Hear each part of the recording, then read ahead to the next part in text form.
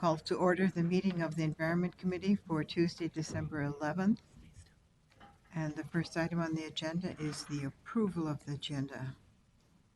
Move approval. Second. We have a motion and a second. All those in favor, please say aye. Aye. Opposed? The agenda has been approved. The next item on the agenda is the approval of the minutes. Were there any changes or corrections? Move approval.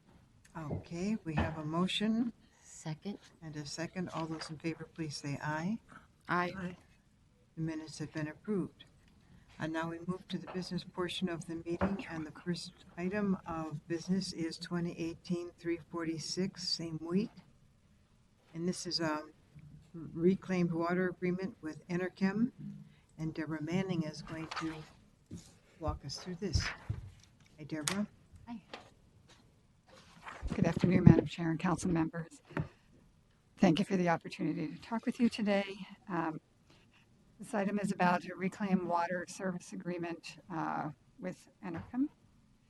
And as we presented before, this is in regard to reclaimed water service, and our proposed Southeast Metro Water Reclamation Facility would be producing that reclaimed water. It would divert about 2 million gallons a day of effluent from the Mpca plant at a treatment site at the former Rosemont treatment plant site. Treat the effluent to that higher level needed for reuse. It would be then pumped to the proposed Enerchem facility, their waste to biofuels proposed facility in Inver Grove Heights, and used for processed water and cooling water. Some key dates as this project has developed, or this relationship with Enerchem has developed. In March of 2017, Enerchem submitted a letter of interest in reclaimed water. In February of this year, the council authorized staff to negotiate a memorandum of understanding and a design deposit agreement with Enerchem. In April, the council authorized a public hearing for the Southeast Metro Water Reclamation Facility plan, which lays out some of the concept for that Southeast Metro facility.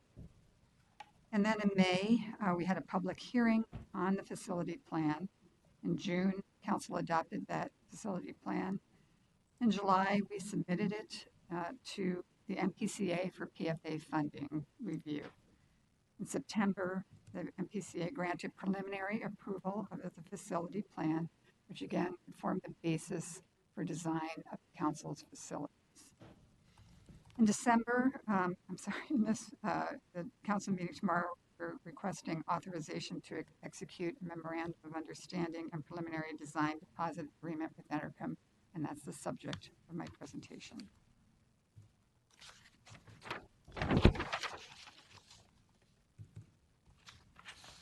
The agreements with Enerchem there are two: a non-binding memorandum of understanding, which memorializes our joint understandings and expectations of the developing project, and also a design deposit agreement for preliminary design. And that defines the commitment of and method for Enerchem's payment of preliminary design costs. Key points about the memorandum of understanding: it is non-binding, but it lays out a number of items. It establishes Enerchem's method of payment for council activities, meaning the design, construction, and operation of the Southeast Metro Water Reclamation Facility. It, again, defines the facility plan as the basis for preliminary design. It makes clear that Enerchem's waste to biofuel facility costs are their responsibility, so anything related to that facility in Inver Grove Heights itself is their responsibility. And then there are key terms for a future reclaimed water service agreement. So the plan here is to have these design deposit agreement, design deposits for the design phase, and then to have the reclaimed water service agreement in place before construction and operation begins.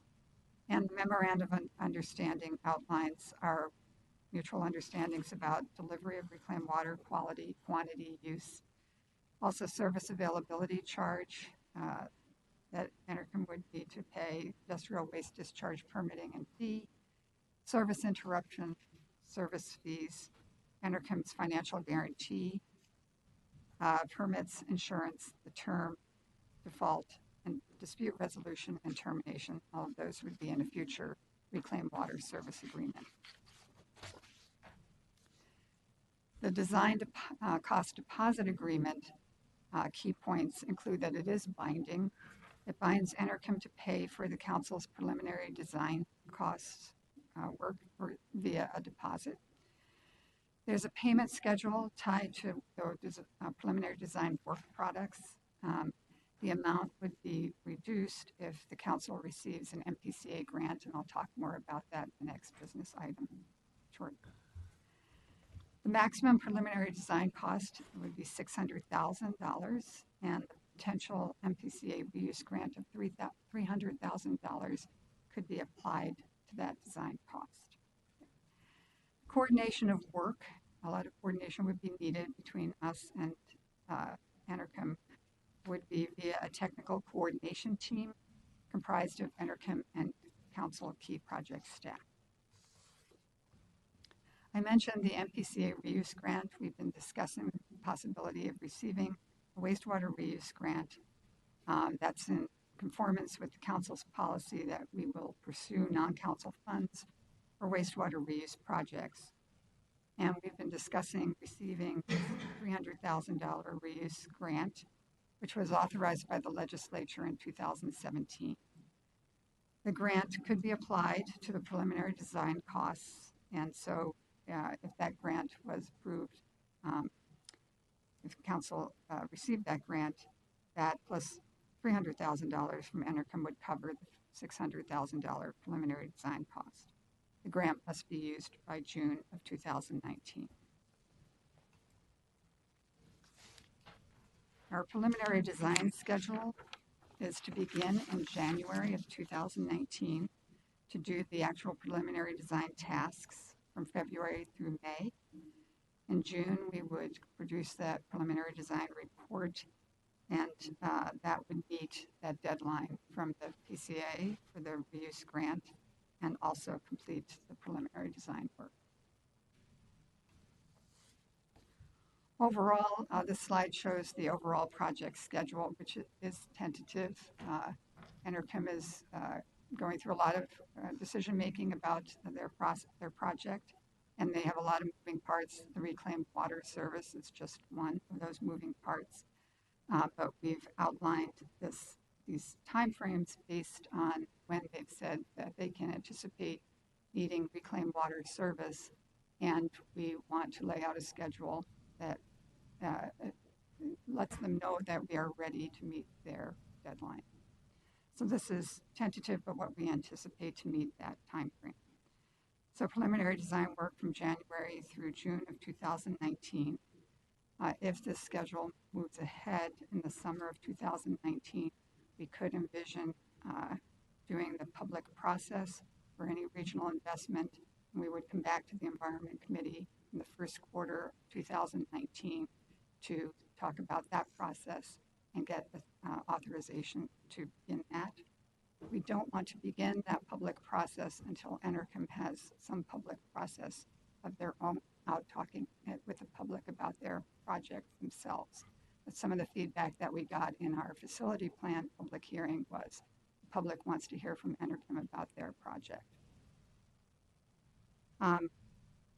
Through July through December of 2019, we anticipate doing detailed design. January through April of 2020 would be construction contract bid and award. May through 2020 through October 2021 would be the construction phase. And then commissioning and startup October through December of 2021.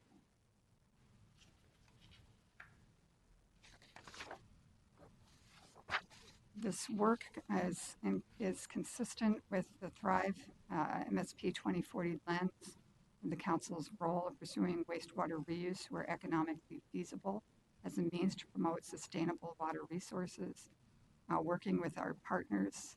We've been meeting and talking with the two communities in particular who are where the project would be located in Inver Grove Heights and Rosemont, maximizing regional benefits from regional investments and providing efficient, high-quality, sustainable wastewater services. The proposed action is that the Metropolitan Council authorize staff to execute a memorandum of understanding and a design deposit agreement for preliminary design with Enerchem related to reclaimed water service. With that, I would be happy to answer any questions or receive any comments, Madam Chair. Thank you, Deborah. Are there questions or comments for Deborah? Councilmember Latowski? Hi, I do have a question. I'm wondering about the timing you talk about. I'm trying to find it here. What slide is it? 9, I think. Slide 9, summer of 2019, the regional investment cost share public process. Do you have any anticipated amount that the cost share would be? We are working on that estimate of that through the criteria that the council set for that. We don't have a number at this time or a value, and would like to have that as part of the discussion with the Environment Committee in the first quarter of 2019. Okay, so the $600,000 cost for the design doesn't have anything to do with this regional cost share. At this point, let me answer, Madam Chairman, let me answer that this way. We would anticipate that any regional cost share would be applied to the cost of the construction and of the facilities and reduce that cost. Rather than right now, we're looking to have the Enerchem pay the design phase costs directly. That answers the question. I'm sorry, Councilmember I Latowski, that's feel like okay. I'm being dense. Maybe I just need to see the numbers in a different way. But so I thought we were anticipating that they would pay the cost of the Yes. construction. Yes, they would. And so where does the regional cost share? Yeah. Doesn't that I'm mean that sure. other people are paying for it? I understand. Right. The regional cost share, if it's approved by council, would go to reduce the construction costs, but Enerchem would still be paying construction costs for the project, but that regional cost share could be applied to reduce some of those construction costs. So those aren't a given right now. The regional cost share, or no, Or it's Enerchem. not. So at this point, there's no agreement about cost share at the construction level. No, Madam Chair, there is not.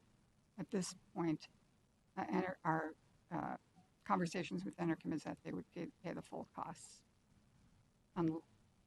unless that regional cost share is approved. And then there would be a reduction to the amount of that regional cost share. Does that answer your question? I believe so, and it doesn't. Councilmember McCarthy? Just a follow-up question. So if they've already agreed to paying the construction costs, then why are we even possibly looking into, a cost share? Madam Chair, at this point, part of the reason for doing the design is to define what those construction costs are. So at this point, we don't know for sure exactly what those construction costs are. We've outlined in that memorandum of understanding that Enerchem would pay construction costs. And again, that's a non-binding agreement at this point. Enerchem would pay construction costs that could be reduced if a regional cost share is approved. I hope that clarifies that. Maybe. Other questions? Councilmember Latowski? It does clarify it, but you have in the plan that we're investing in a public process to get to yes on a cost share thing.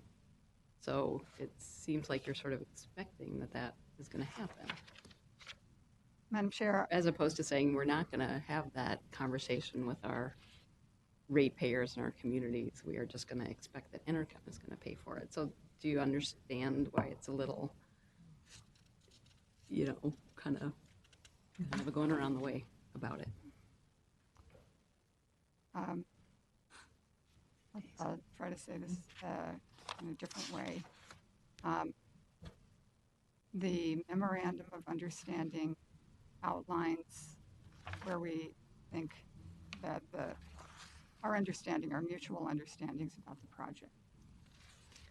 Because we do not know if there is a regional cost share, we have to say in that understanding that those costs would be intercomes if they would be intercomes and could be reduced if the regional cost share is approved.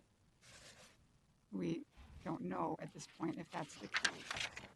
I listed the public process for that cost share and this schedule in order to kind of give a heads up that we hope to come back to the Environment Committee in the first quarter of 2019 to say, should we go ahead with this public process or when? And provide more information about the amount that we're estimating. Councilmember Wolf, did you have? I don't have a question. I mean, it seems clear to me that what we're being asked for today is just the design agreement, design deposit part of it. The conversation about whether there's going to be any cost share hasn't happened yet.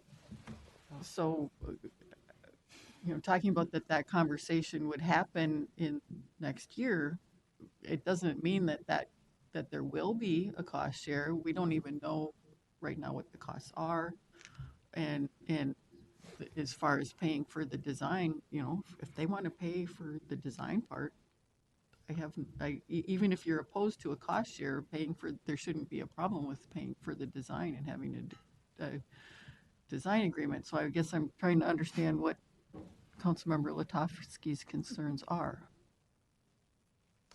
May I, Chair? Sure. I would actually vote yes on this motion because of your very point. Okay. Yes, this is about the design costs. I understand that, but they're laying out a scenario in which they are going to ask for cost share. So on the one hand, they're there's gonna saying have that to- Enercan is going to do it. ask. I understand that, but even just planning to ask the question, right? If we weren't planning on asking the question, then we would assume that Enercan is paying for it. If we're planning on asking the question and engaging our community, putting resources into that engagement with the community, we're spending resources and staff time to have that conversation about whether or not we should do it. Wouldn't ask it if you didn't want the answer to be yes, right? So I'm just anticipating. I will vote yes on this for sure, for the reasons that you point out. But I don't want to be blind to the idea that there is going to be a request in the future that other people are going to be paying for this. That's all. Councilmember Wolf. Thank you, Madam Chair. I never assume when we go out to ask the public about something that we're going to do it. I wait for what feedback comes back before I decide whether we're going to do it. I mean, it's been kind of teed up to ask, but who knows? It could come in way cheap and could be done without anything, or could come out way expensive where it's not going to work. It's just part of the future discussion. It doesn't mean that in order to have that discussion, the answer should be yes. We've had discussions where the answer ends up being no, and that's fine. Right, and up to that point, no shovel has been put in the ground. Right. Mark my words. Councilmember McCarthy. Madam Chair, maybe I can help you a little bit by asking this question. Where in the memorandum, I'm looking through it, does it talk about the construction costs? I see much language on design, and the only construction that I see that talks about bids maybe is under 1D. But is there anywhere in particular here that we can look at? Let's see.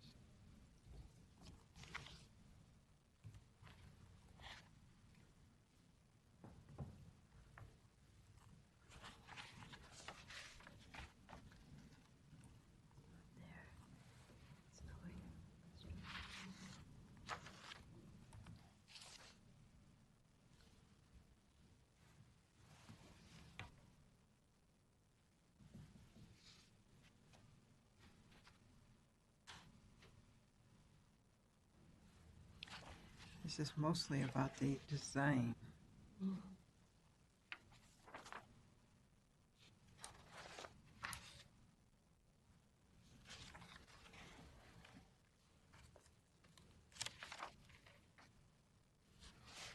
I feel like I've made my point anyway, Madam Chair. Thank you, Councilmember Latowski. I think you have too. So, are there questions or concerns? Seeing none, is there a motion to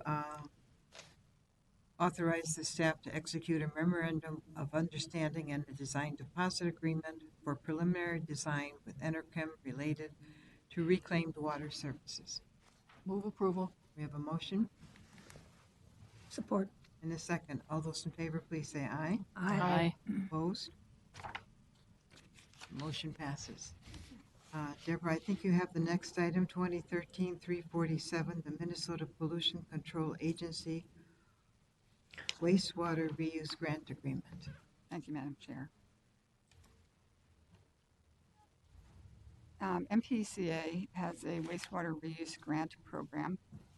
SKB Environmental, one of the partners of Enerchem in their project, pursued grant funds from the legislature in accordance with that program. The legislature appropriated $300,000 from the environmental fund to the MPCA for that wastewater reuse grant. The purpose was for design or construction of wastewater infrastructure for waste to biofuel development. Matching funds would be required of $300,000. Enerchem could provide those matching funds via the design deposit agreement. The funds are available until June 30th, 2019, and the proposal is to use that grant money for the Southeast Metro Water Reclamation Facility preliminary design. It is in accordance with council policy of pursuing non-council funds for wastewater reuse projects. Just ran through this figure, so I'm going to skip that. Again, the preliminary design schedule is shown here, starting in January of 2019, the tasks being done from February through May, and completing the report in June of 2019 within the time frame of the PCA grant availability. This work is in conformance with the Thrive MSP 2040 lens of the council pursuing wastewater reuse where economically feasible as a means to promote sustainable water resources, working with our partners, engaging PCA in this case, maximizing regional benefits from regional investments, and providing efficient, high-quality, sustainable wastewater services. The proposed action is that the Metropolitan Council authorize staff to negotiate and execute a wastewater reuse grant agreement with the Minnesota Pollution Control Agency. Thank you, Deborah. Are there questions for Deborah? Move approval. Second. We have a motion and a second. All those in favor, please say aye. Aye. Opposed? The motion passes. It's one of the times when I'm grateful for the Clean Water Council. Thank you, Deborah. We will now move on to item 2018-348, same week. Security Officer Services Contract, and Mr. White is going to walk us through this. Okay. Good evening, Madam Chair and council members. The proposed action is that the Metropolitan Council authorize the regional administrator to execute contract 18P-248 with Securitas Security Services to provide security officer service for Met Council facilities and the 390 North Robert Street building from a time period of February 1, 2019 through end of January 2022, in the amount not to exceed $3,885,000. This contract provides security guard services, as said, at several MCS facilities and the Robert Street building. Licensed contractor must provide professional, trained, and qualified uniformed security officers to perform security services reasonably necessary to protect the council from vandalism, theft, and damage. And the contractor staff has the full responsibility for securing buildings, grounds, and entrances to the council locations to provide a safe and secure working environment. The procurement issued a competitive request for proposal process. 7 proposals were received and evaluated. A 4-person team consisted of staff from regional administration, finance, MCS security, and the panel discussed the merits of the proposals and ranked them based on the value and criteria: quality of the proposal, qualifications of the proposer, experience of the proposer, their service delivery plan, and the price. The evaluation panel determined it is in the best interest of the council to award to Security Services, and the cost of the services are reasonable and sustainable for the 3-year contract term. And through the Thrive lens, the effort was to competitively bid the process, which provides the best pricing and service for the council. So, again, as a proposed action, we're proposing that the Met Council authorize the regional administrator to execute the contract 18P 248 with Securitas Security Services USA Incorporated to provide the security officer services for the Met Council facilities and the 390 North Robert Street building for a time period from February 1, 2019 to January 31, 2022 in the amount not to exceed $3,885,000. Any questions on this proposal? Questions, Councilmember Wolf? Thank you, Madam Chair. Is this the same people that we have now or different? It is the same group that we have now. Other questions? Councilmember Latowski? Thank you, Chair. So, Councilmember Wolf, that was the first question I had too. I did too. The second question is, do we know the starting pay kind of per hour for the security guards? I do not have that. They are basically all the ones that applied are at a union rate. So they're pretty much the starting pay is all the same for that group. And then it varies, how they work from that, their rates from that. I can get that information to you if you'd like. I would like it. That would be great. But also, you mentioned that they're union, and that was my other question. So I appreciate that too. I imagine they got a pretty good deal then. Councilmember Vernosa? Thank you. So just a point of clarification, they're paid at the union rate or they're union workers? There is a difference. So I have a couple people that were on the committee here. If you don't mind, I'll ask one of them.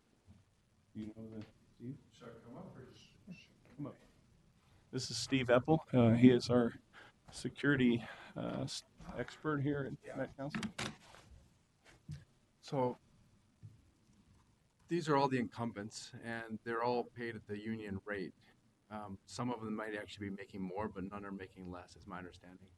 And the proposal had a bill rate and a markup rate. And as I remember it, the bill rate was the markup rate was competitive, and most of it's going to be these people are going to be making a little bit more than what they would be making if they weren't the incumbents, because they're already here with us. So they're going to be getting some pay raises. Great. And that's a part of the retention program. Yeah, right. To be able to, for them, one of the things that they looked at when they evaluated was their ability to retain staff. So that's why some of them will be, paying a little bit higher than what maybe the minimum rate that they could pay. Councilmember Reynoso? Thank you, Madam Chair. So I guess the question is, and Councilmember Latowski kind of started to ask pay-wise what we're looking at. I think it's important that, that they employ livable wages, with livable wages, should I say. So it would be great to know what that scale would be. I know there's some very inexpensive security programs that are out there and pay especially. So I just want to know that we're paying fair wages. And again, are they union? Are they non-union?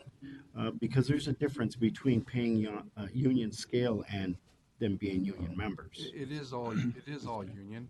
Okay. And there's 2 bargaining agreements. One is for the city of St. Paul, and one is for the suburbs. Okay. So the security officers that are in this building are paid a little bit more with the city of St. Paul bargaining agreement, and the officers that are in the Metropolitan and in Shakopee, Farmington, and Egan are possibly making a little bit less with the bargaining agreement.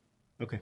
But then again, the business side of it, some of these officers may have been with Securitas for X amount of 15 years. Maybe individually they've been making pay raises along the way. So I can't speak to they're not all exactly paid the same, but they are paid with the union rates. No less than the union rates. I think they're all making more. Actually. Okay.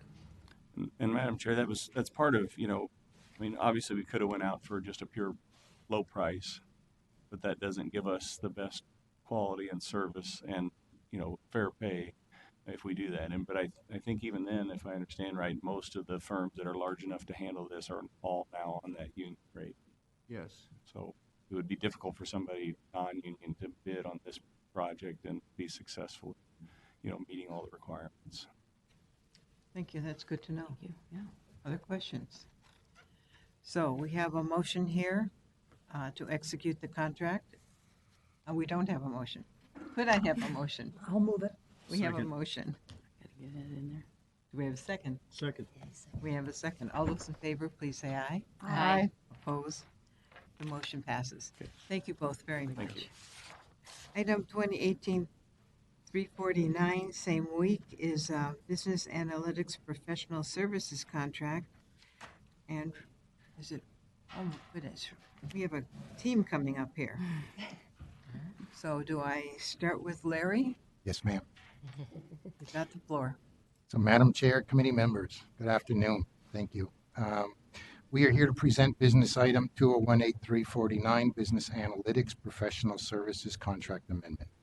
This business item addresses a current contract that we have with Dunn Solutions Group, who have been helping environmental services develop and implement the customer service portal that you heard about as an information item, I believe, back in October. At that time, we were unable to demo the system and wanted to take this opportunity to share program highlights. So many council staff have participated in the development of the product. Joining me are Anna Bessel, who led the customer focus team, and Ricky Aurora, whose department, in partnership with our information services group and Dunn Solutions, developed all the technical and business process automation. So we'd like to start with Ricky and Anna doing the demo that you never got to see last night. I was going to say, these are familiar faces, aren't they? So please proceed. So I'm Ricky Aurora, and I'm the Manager of Performance Excellence and Analytics. And my department provides performance solutions like job aids and root cause analysis and business analytics, MCS-wide.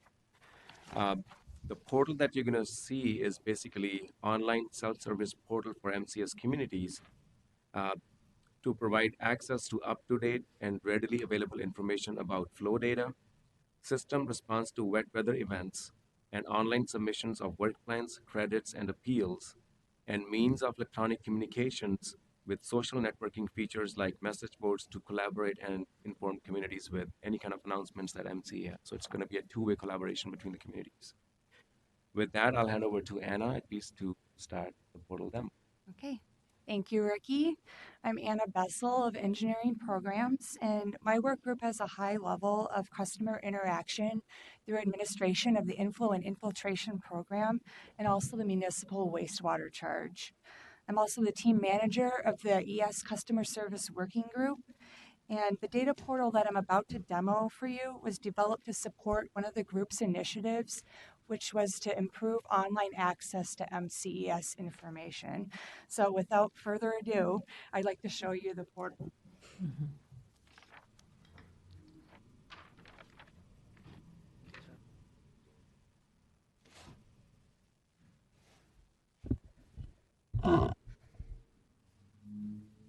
Okay, so I already have an account, so I'm going to go ahead and sign in.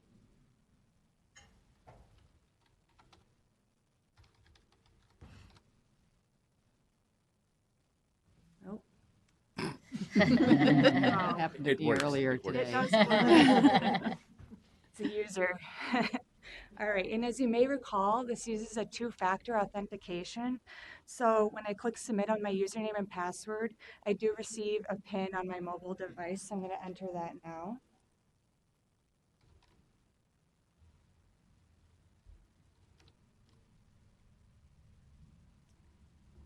Okay, but let's say that you didn't have an account and you are a new user.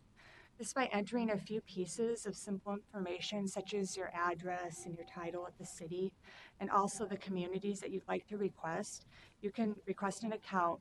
The request will go to MCS staff, and they will approve the account and also assign any communities that you'd like. So in the case of a consultant that may do work for more than one community, they may want access to several. So now going back here, I'd like to provide a brief overview of the main page, and you can see at the top, I've been assigned to the community of Maplewood. This is where other communities would show up if they were assigned to you. And if I were to make another selection here, it would change this page and customize it to that other community. There are two main dashboards when you log in. The first being total community flow on the left. On the right, we see all of the meter sheds that are located within the city of Maplewood. And just for anybody that doesn't know, meter shed is a meter service area. You scroll down, you can see a map of the community that shows those meter sheds along with any MCES facilities. Those diagonal lines that you see in some areas designate areas of unmetered flow, which means that they do not flow through an MCES billing meter. You can right-click on this map, save the image, or print it. This area on the right here contains outreach items. So MCS staff can choose to upload items related to event announcements, educational tools, grant information, really anything that they want our users to know about. And as we scroll to the bottom, we see recent documents. It provides users with quick access to any reports or other documentation that MCS staff has generated for them. So now I'd like to get back to those dashboards at the top of the page. These are invaluable for communities who are often interested in flow data for setting their budget and for planning system upgrades. Now, the display default is monthly data, which may be useful in determining if the community flows have increased from previous years. You can use these radio buttons to view either a trend or a year-over-year comparison. An increase or a decrease in community flow is one factor that may clue a community in to a change in their municipal wastewater charge. So this is very helpful in determining if maybe you need to include a little more money in your budget. Now we have been looking at monthly data, but you can also view daily data. Oh my, Wow. You can choose to update the dates using the calendars on the right-hand side of the page, left-hand side of the page. And the system really allows users to customize the plots. You can choose to add additional meter sheds. Here's the plot on the right. And this allows users to compare changes in flow from different areas of the community and may provide insights into which areas are most susceptible to inflow and infiltration. It can also indicate the effectiveness in I&I work in certain meter service areas and can help indicate issues with system operations. Let's say a community is trying to track down a major water leak and they're concerned that water is entering the sanitary sewer system. They can use this meter shed daily plot to pinpoint where the leak may have occurred and whether or not water is entering the system. And one other thing I'd like to print out is that communities can choose to print these plots. Now that will generate a PDF that includes a whole suite of different plots that include different combinations of meter sheds and also daily and monthly data. So another major feature of this portal is the ability to download data. Currently, communities must contact somebody at MCES to request the data. They must also fill out a data disclaimer form, sign it, and return it to us. Once we receive the request, it can take anywhere from 1 to 5 days to turn the data around. It really depends on workload and also if there's any questions surrounding the data that may require further investigation. So with the download data function, communities can choose to download 3 different data types on demand. Those are daily, monthly, and peak flows. They can also request hourly or 15-minute data, which is raw data. So that doesn't receive the same level of QA/QC as the other three types. So let's say that we have a community that has seen I&I in the past, and it rained yesterday, and they would like to know if the I&I has impacted their system. Maybe they've done some work, right? So by looking at the daily plots on the first page, they may have gotten the idea that their flows maybe went up a bit, but they really want to see what the impact is, see what those maximum peak flow rates are, and also whether the peaks were sustained. So here's an example of where you may want to look at 15-minute data. So I'm going to just choose some dates from this drop-down calendar here. I'm going to pick a couple days before and after my supposed storm event. You can choose your file type. I'd like an Excel file.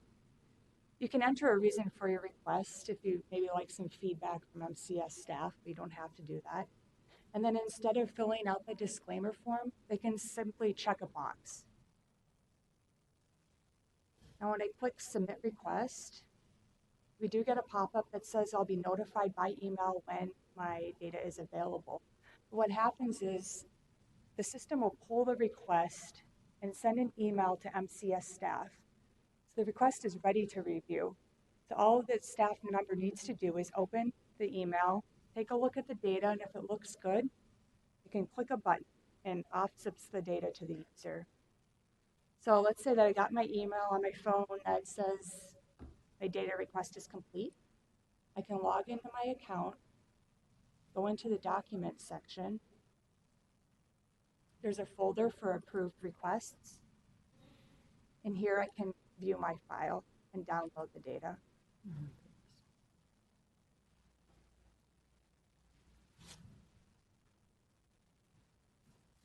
And there it is.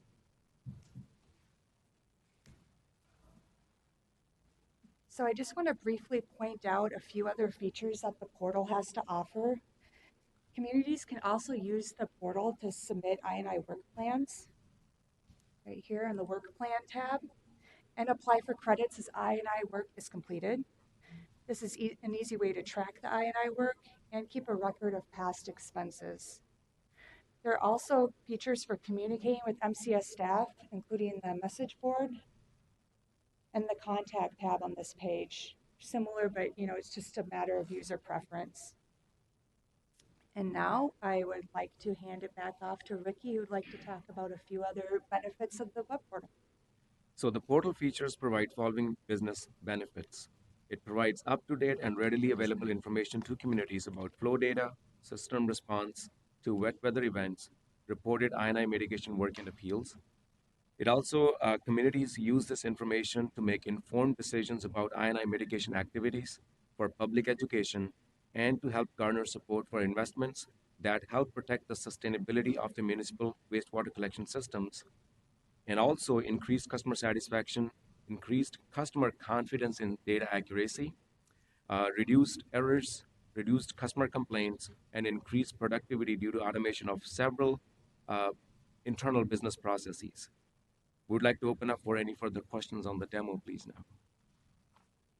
Councilmember McCarthy. Madam Chair, when the community makes a request, do they have to put between what periods they would like to be able to download that information? That would be correct. So in the download data request option, you saw there was a start date and an end date. So they can pick, their time frame or time period and their file format. And that's once the request is reviewed and approved and uploaded, they will get a further notification saying, go and take a look at the portal under documents. And that's where their data will be available for the time period that they requested. Councilmember McCarthy. And how will the community, what have you done to let the community know this is available and train them on it?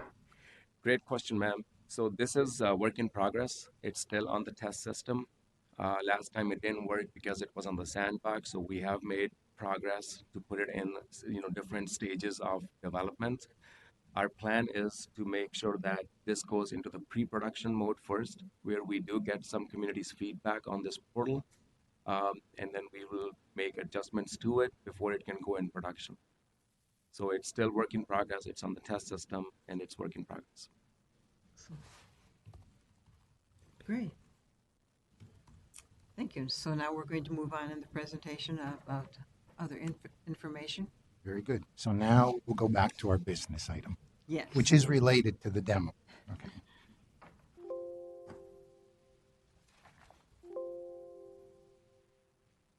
Okay, maybe not.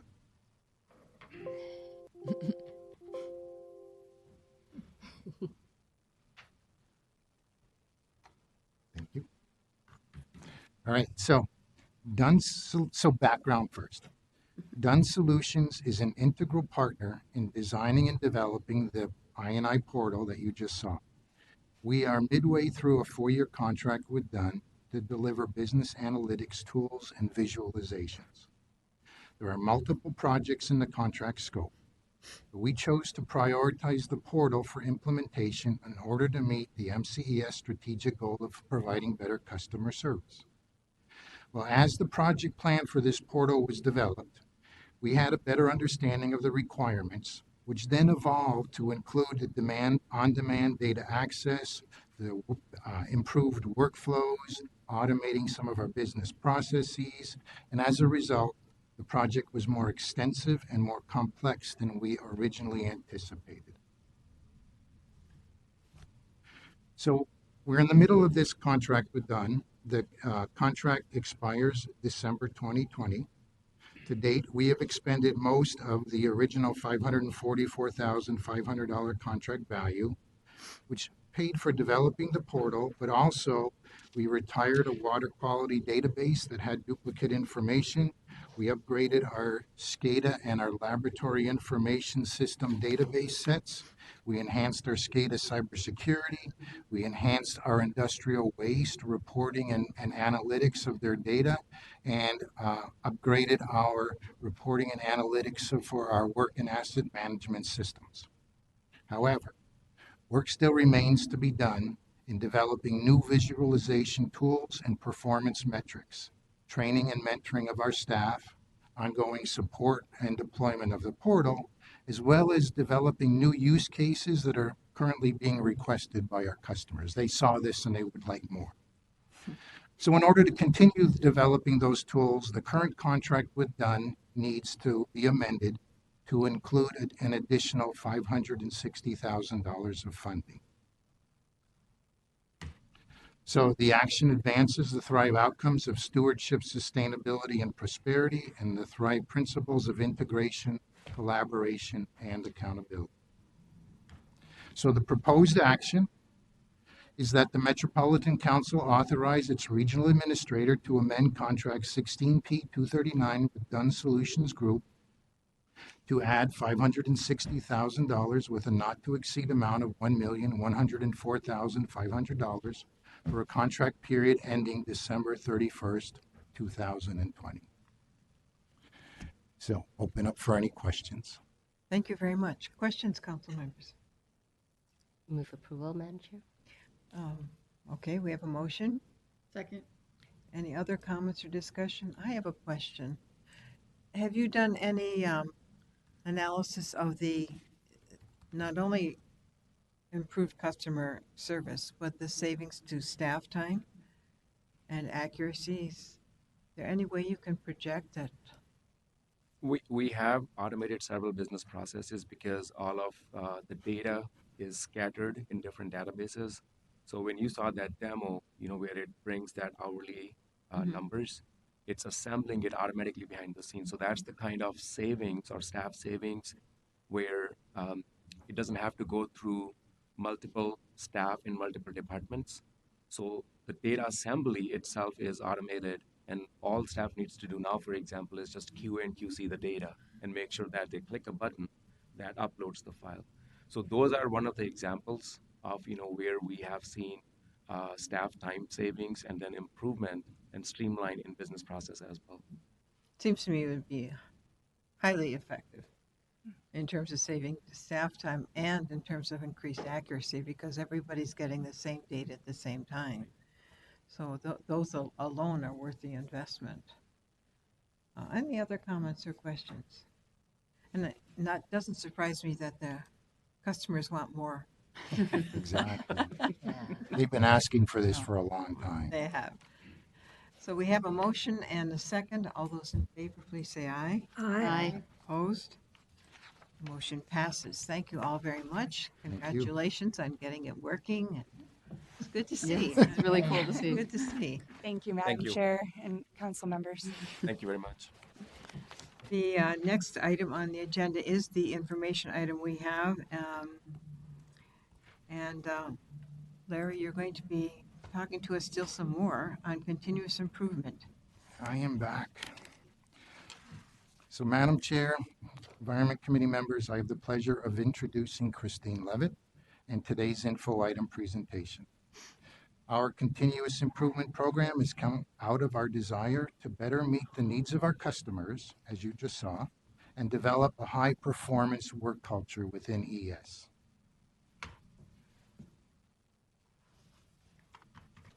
We'd like to start with a brief background of our improvement journey and then introduce project spotlights, where we will spend most of our time this afternoon. MCES started out small, focusing on a few improvement projects and staff training. In 2015, we launched 6 continuous improvement projects to evaluate the business value of this tool and potential use within environmental services. By this year, by now, that number has grown. We launched 20 new projects in 2016. We currently have 3 Six Sigma black belts on staff and 11 green belts on staff. And these levels represent different levels of competencies of training and proficiency in the principles, methods, and tools of continuous improvement. In 2015, Christine Levitt joined MCES first as a consultant from the Minnesota Department of Admin, Office of Continuous Improvement. And in 2016, she was hired to fill a new position as the ES Manager of Continuous Improvement. So at this point, I'll turn over the presentation to Christine. And before Christine begins, could you explain to me what a Kaizen event is? I'd be delighted, Madam Chair and members of the committee. A Kaizen event is a process improvement project.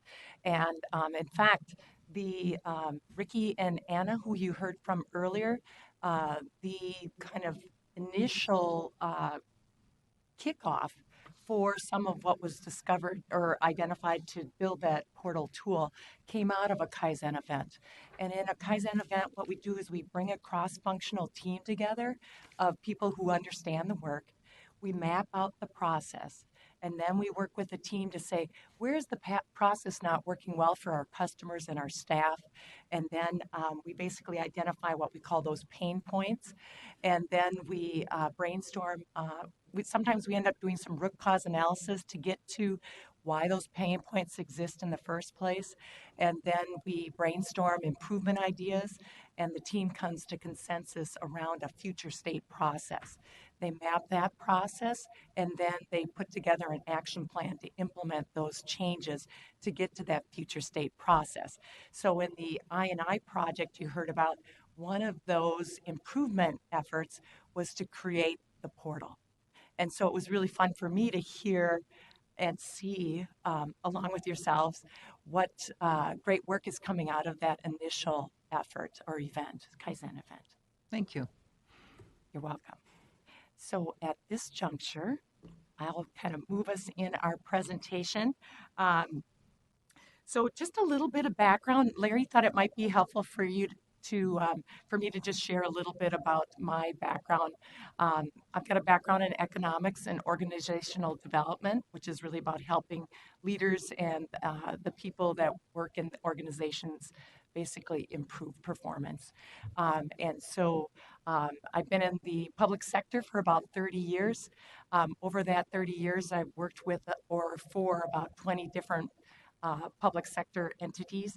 Not that I've changed jobs that much, but that when I was working for the Department of Administration, I was able to work with almost all cabinet level organizations in the state, which was a great opportunity to really kind of embed this knowledge and have that help people basically improve their services for their customers. And so I've done about over 100 different continuous improvement projects at this juncture, and trained about 2,000 people in basically the methods and tools and principles of continuous improvement. Here you see listed just a variety of the different approaches. Continuous improvement is really this ongoing effort to improve our products, our services, our processes, and the workspaces. And in many cases, using kind of best practices.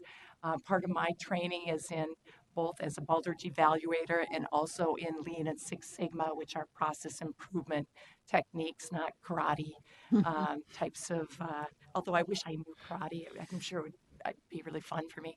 But so I always talk about continuous improvement having three key components. It's a mindset where we have a series of principles that we're striving to put into place. First being customer service. And I'm not going to go through the long list, but it's also a methodology. And it's a structured methodology where we understand what's going on in our current state. And then we put in place some kind of intervention or solution.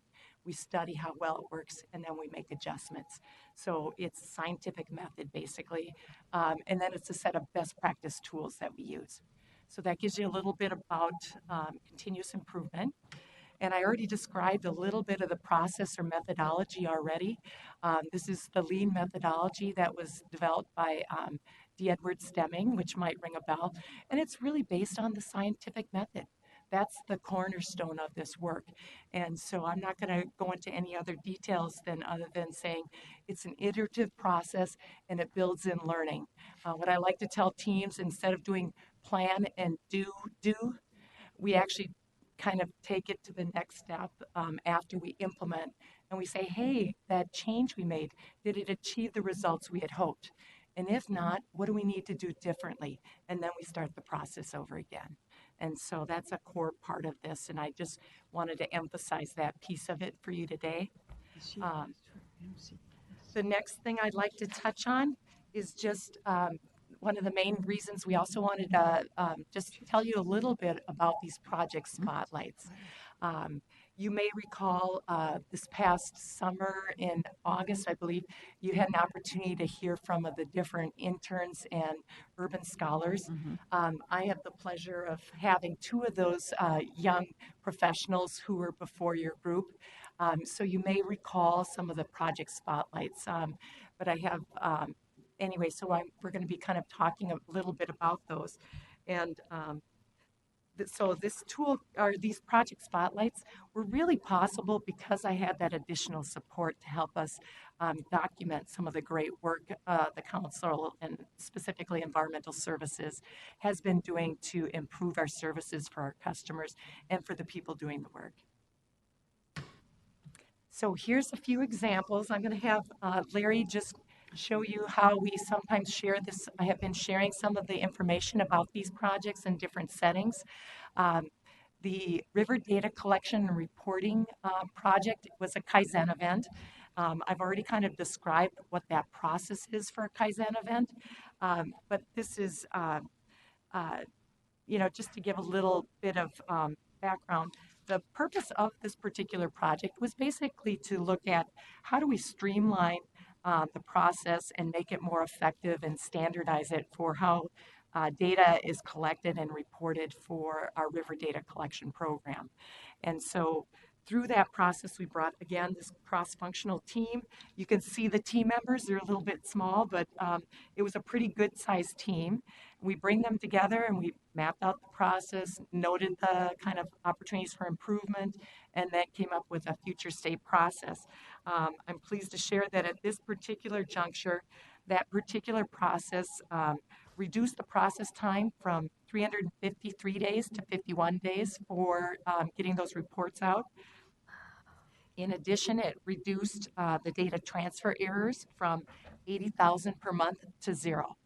And a lot of that had to do with implementing a mobile collection tool that I'll be describing in the next spotlight.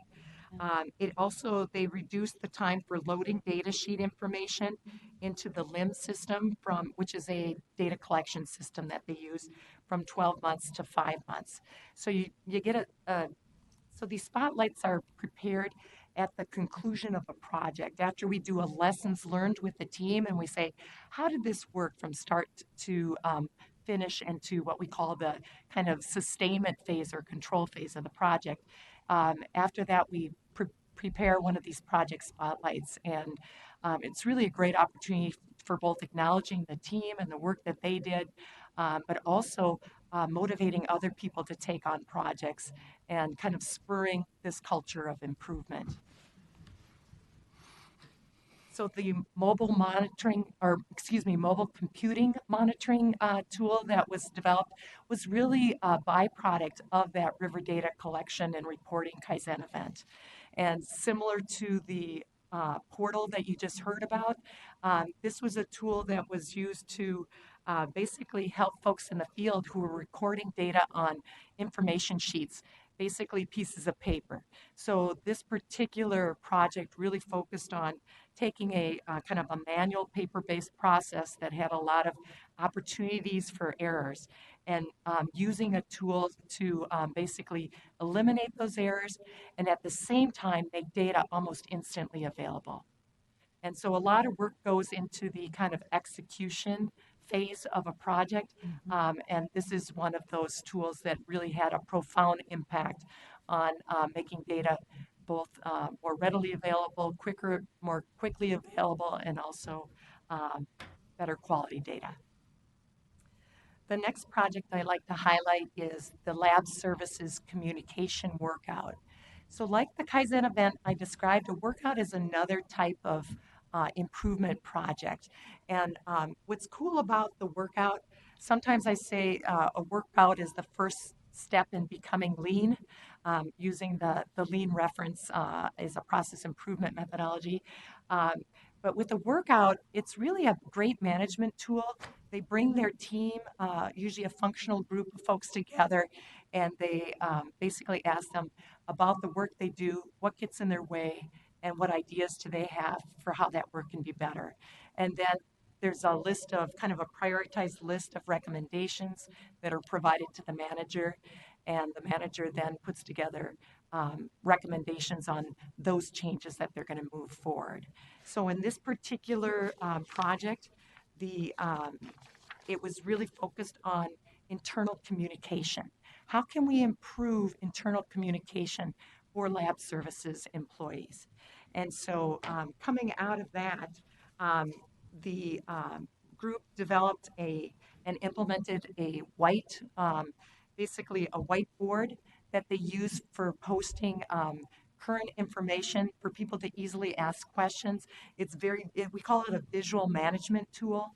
So if there was a new hire, they would post that information. If there were some issues people were finding, they would then record that. Any new changes in the process, they'd also document in that location. So it's just one of the tools that they use to enhance communication. They also instituted weekly meetings so folks knew kind of what was coming up that week and could better prepare and respond to changes in kind of their process and what was coming through the door in terms of sampling, and also their work schedule. One of the particular results I'd like to highlight from the lab service communication workout was that through the changes that they implemented, they experienced a 23% increase in what they call the maintained demonstration of capability tests. What this really allowed them to do is each employees go through a set of training so they can show proficiency in how they do the sampling process. And Lisa, you can correct me if I have this confused, but through this effort, they were able to train and build kind of the flexibility and resilience of their workforce, and using these communication tools help them achieve that improved bench strength of their workforce. The next project I'd like to highlight, and don't worry, I won't go in, there's been 10 to date, and we'll just have one more after this. is a total residuals chlorine testing project. And this was what was interesting and what I'm going to highlight about this project. The testing is actually done on site in the plants. And one of the key aspects of process improvement work is what we call going and seeing how the work is done. And so there was a lot of sometimes assumptions that we make. So in lab services where they have this very, really nice state-of-the-art lab equipment and materials, we don't have that in our plants. And so one of the key things that helped them overcome some hurdles and really understand some of the challenges in making sure people were doing the sampling protocol correctly in the different plants was seeing how they perform the work and what access to resources they had to get that work done. And so that was kind of an aha moment I heard from some of the people who were involved in this team. And through that kind of growing awareness, they came together and developed some really great ways of training and certifying all these plant operators and how to correctly and accurately execute the monitoring protocol to get accurate results for their total chlorine testing. So the next and last spotlight I'd like to highlight for you is also a unique one. So the support services business unit over the past, mainly the past year, but project has been kind of a bit ongoing for a few years. They developed what we call strategy maps. So in the nature of the work we do, having clarity around the purpose, the priorities, and what success looks like for the work we do is really important. So that's kind of foundational. And with that firm and solid foundation, employees can really better make decisions. Leaders can better make decisions on, will this change help us basically get to our vision of success? And so Larry's business unit did a strategy map. You'll see it kind of in that lower right-hand corner of the spotlight. And in that experience, he found it of value and suggested that we have each of the departments do a strategy map for their own department. And through that process, it was very collaborative. All staff were involved in those projects. And at this juncture, all 7 departments do have strategy maps. As part of that process with the team, the visions that came out of those were built with the input of their employees. And we also did surveys at the conclusion of those different strategy maps and had great feedback from the teams. They felt that they had more clarity on the purpose of their work and how their work aligns with and supports both their department and the larger division work and the council's work. So I have my contact information here. If any of the committee members are interested in learning more about continuous improvement, some of the methods and tools that we have available, I'd be delighted to chat with you about what we're doing. And I know I kind of went through a lot of this pretty quickly. So if you have any questions, we'd be happy to take those. Excellent, Christine. Questions, comments? All I can say is what a high note to end the year on. I was reading all the data that you had on various projects and the efficiencies and stuff. And I was just amazed, that how much can be done when you really think through a way to do it systematically. I was just amazed at how much you are doing. And you started with just a few projects, and now you're up to how many? We've done over 20 this year. And over the 5 years you've done? Madam Chair, members of the committee, I'm just going to correct that while we launched 20 projects, they don't all get finished within a year. So of those 20 projects we've listed, I think it does, I know it's somewhere in here, this pile of papers. We've probably completed about 13 of those projects. And so there's kind of a rolling kind of time frame where we start a project, we get some of them done that year and some of them rolled into the next year. The inflow and infiltration project you heard about, that's fun. probably on its second year. We'll look forward to doing a project spotlight and hopefully sharing that with the committee at a future juncture. Yeah, this is the sheet I was thinking of. Yes, that's the one. Yeah, yeah, I was just, and what's this green belt and black belt, or somebody got a black belt somewhere? So I have a black belt, Madam Chair, members of the committee, and basically green belts and black belts are Thank you. you're trained in a standardized approach for how you improve performance. And so we currently have green belts going through a program. It's basically over the course of 5 months.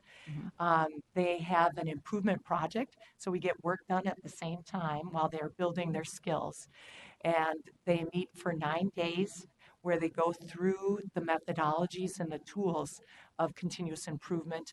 Primarily Lean and Six Sigma are what they're reviewing. It's a very collaborative approach that really relies on the leaders or project sponsors to set the outcome for or results that they'd like that team to achieve. And then we rely on the competent, creative, high-performing employees that do the work each day to figure out how to get it. And to me, that's what's inspiring about the work. Can you comment on, I've got to imagine there's been a change in morale or sense of purpose, or what are you seeing? Madam Chair, members of the committee, there's a continuous improvement index that the Department of Admin launches, and they collect information like this for all state agencies and cabinet level agencies, including the council. I think that typically, and we also do a survey at the conclusion of most of the projects, people do feel that the process honors the work they do, and they feel that they have an opportunity to make it better for themselves and their customers. And so I think that it's a great asset and opportunity for this organization to grow our capability. And I think it's well received. Councilmember Wolf. Thank you, Madam Chair. Are they doing this in any other council divisions, or is this only ES work? Madam Chair, Council Member Wolf. Thank you for that question. To date, I'm the only continuous improvement manager in the council, and I do reside in Environmental Services Division. At the same time, I will tell you I've done a Kaizen event for our human resource process, our hiring process, and I've done a workout with the communication group. I do feel that they see the value of some of these tools and resources. I know that they were trying to fill a position.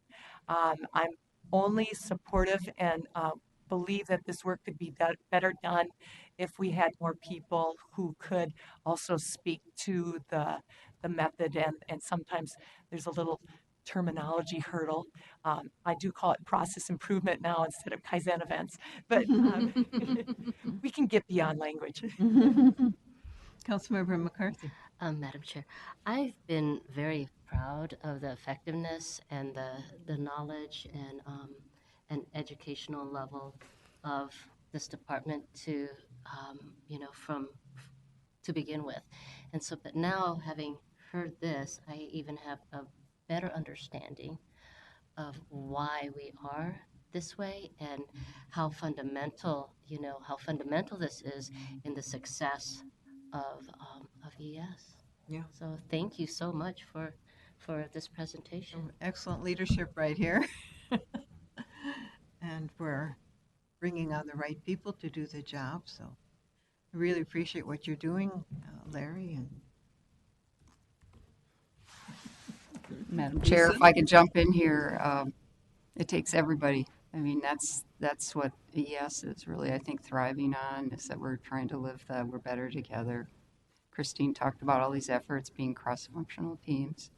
And that's really what's making the difference, because we get all those perspectives together. You can't help but figure out a better sense of things. So, and she helped us bring process to it, because when you get a bunch of people together, you've got to Anything can have happen. some order to it, right?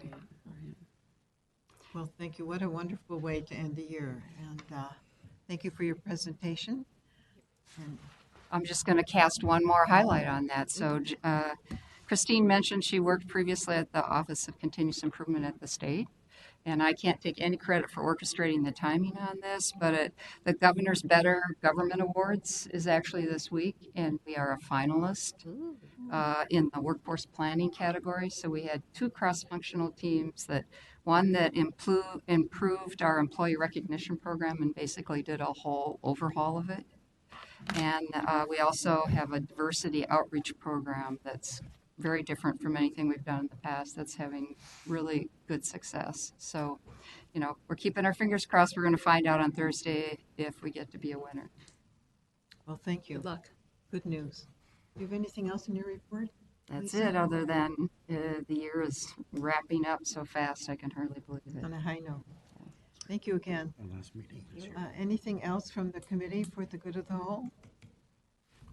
If not, I think we can adjourn this meeting.